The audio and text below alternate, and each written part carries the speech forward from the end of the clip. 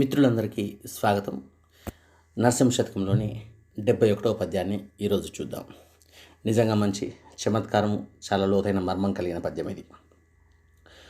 ప్రహ్లాదుడే పాటి పైడి కానుకలిచ్చే, మదగజం బెన్నిచ్చే మౌక్తికములు, నారదుండెన్నిచ్చే నగలు రత్నంబుల, హల్య నీకే అగ్రహారమిచ్చే, ఉడత నీకే పాటి యుడి గంబులు చేసే, ఘన విభీషణుడేమి కట్నమిచ్చే, పంచ పాండవులేమి లంచమిచ్చిరి నీకు, ద్రౌపది నీకెంత ద్రవ్యమిచ్చే, నీకు వీరందరైనట్లు నేనుగాన, ఎందుకని నన్ను రక్షింప విందువదన, భూషణ వికాస శ్రీధర్మపుర నివాస, దుష్ట సంహార నరసింహ దురిత దూరా.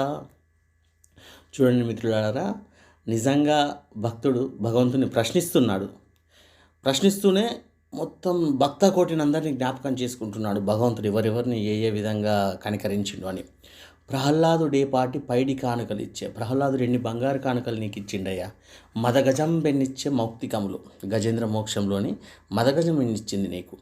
నారదుండెన్నిచ్చే నగలు రత్నంబులు, అహల్య నీకే అగ్రహారం ఇచ్చే, నువ్వు నారదుని కూడా అనుగ్రహించినవు. ఆయన ఎన్ని నగలు రత్నాలు ఇచ్చిండు. అహల్యకైతే తీరా దగ్గరికి వెళ్ళి మరి అవి ఎంగిలి పండ్లు తిన్నావు కదా, అవునా? మరి అహల్య నీకేమైనా అగ్రహారాలు ఏమిచ్చింది? ఉడత నీకే పాటి ఊడి గంబులు చేసే, ఉడతను కూడా అనుగ్రహించినవు కదనయ్య స్వామిను. ఉడత ఏమిచ్చింది నీకు?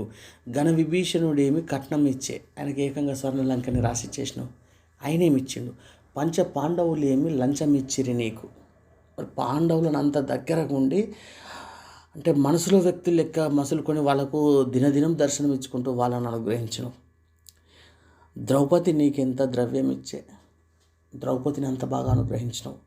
తండ్రి వీరందరైనట్లు నేను కాదా? మరి ఎందుకు నాకు ఇంత ప్రశ్నిస్తున్నావు? ఎందుకు నన్ను ఇంత కష్టపెడుతున్నావు?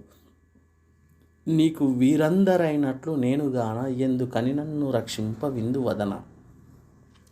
నిజంగా భక్తుడు ఎంత భగవంతుని తలుసుకొని ఎంత కష్టాల కోర్చి ఎంత కష్టపడి ఇక తనతోటి అడుగుతున్నాడో చూడండి. ప్రహ్లాదుడే పాటి పైడి కానుకలిచ్చే, మదగజంబెన్నిచ్చే మౌక్తికములు, నారదుండెన్నిచ్చే నగలు రత్నంబుల, హల్య నీకే అగ్రహారమిచ్చే, ఉడత నీకే పాటి యుడి గంబులు చేసే, ఘన విభీషణుడేమి కట్నమిచ్చే, పంచ పాండవులేమి లంచమిచ్చిరి నీకు, ద్రౌపది నీకెంత ద్రవ్యమిచ్చే, నీకు వీరందరైనట్లు నేనుగాన, ఎందుకని నన్ను రక్షింప విందువదన, భూషణ వికాస శ్రీధర్మపుర నివాస, దుష్ట సంహార నరసింహ దురిత దూర. మిత్రులారా, గమనించండి, ఎంత లోతైన పద్యాలు, ఎంత భావగాఢత కలిగిన పద్యాలు. అంటే మన తరంలో ఇవన్నీ మనం నేర్చుకోలేకపోతున్నాం, కానీ నేర్చుకోవాలి, తప్పదు. అంటే ఈ లోకంలో పై మెరుగుల్లో ఉన్న లోకం ఇదేది సత్యం కాదు. ఆదిశంకరులు చెప్తారు ఇదంతా మిథ్య అని. మీకు ఏది మిథ్యో చూడాలంటే ఇలా ఫేస్బుక్ కానీ, వాట్సాప్ కానీ, ఇన్స్టాగ్రామ్ కానీ, ఇటువంటి మాయా ప్రపంచం ఒకటి ఉంది. అదంతా మాయే. దాన్ని దాటి భగవంతుని పట్టుకొని మనం పునాది విలువలు నుంచి నేర్చుకుంటూ వస్తే లోకం అన్నది మన జీవితాన్ని మరింత స్పష్టంగా అర్థం చేసుకోగలం. మిత్రులారా, మరొక మంచి పద్యం చూద్దాం. అంతవరకు సెలవు. ధన్యవాదాలు. కృష్ణం వందే జగద్గురు.